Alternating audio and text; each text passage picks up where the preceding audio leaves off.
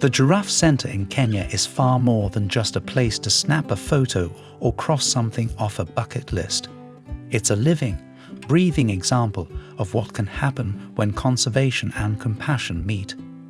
Back in 1979, things were bleak for the Rothschilds' giraffe. Their population in the wild had dropped to fewer than 130 individuals, scattered across fragmented habitats and increasingly threatened by human development. That year, the African Fund for Endangered Wildlife was founded, and with it came the beginnings of the Giraffe Center. The goal was simple yet urgent: to save this majestic subspecies from vanishing completely. Fast forward to today, and the results speak volumes. Thanks to decades of focused conservation efforts, education programs, and sustainable breeding, the Rothschilds' giraffe population has made a promising recovery. Many giraffes born at the center have been reintroduced into Kenya's national parks and reserves. It's a quiet kind of victory, the kind that doesn't always make headlines but deeply matters. And it's ongoing, because conservation is never a one-time fix. It's a relationship, a commitment to protecting not just animals, but the ecosystems they call home. But let's talk about what it feels like to actually be there. When you first arrive, it's the giraffes you'll notice before anything else.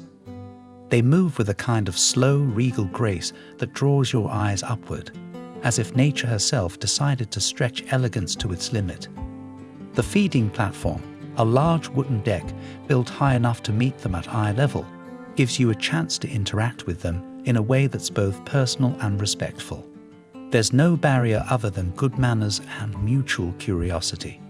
You hold out a pellet, and the giraffe leans in, unbothered and gentle, as if this small act of trust is part of its daily rhythm.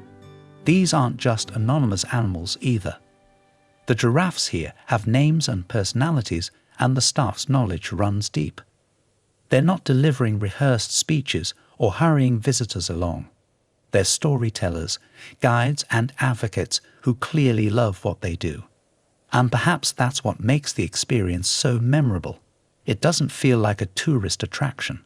It feels like a moment of quiet connection with something bigger. Even the most skeptical visitor tends to soften in the presence of these animals. There's humility in realizing how much we still don't know about the natural world and how much we owe it.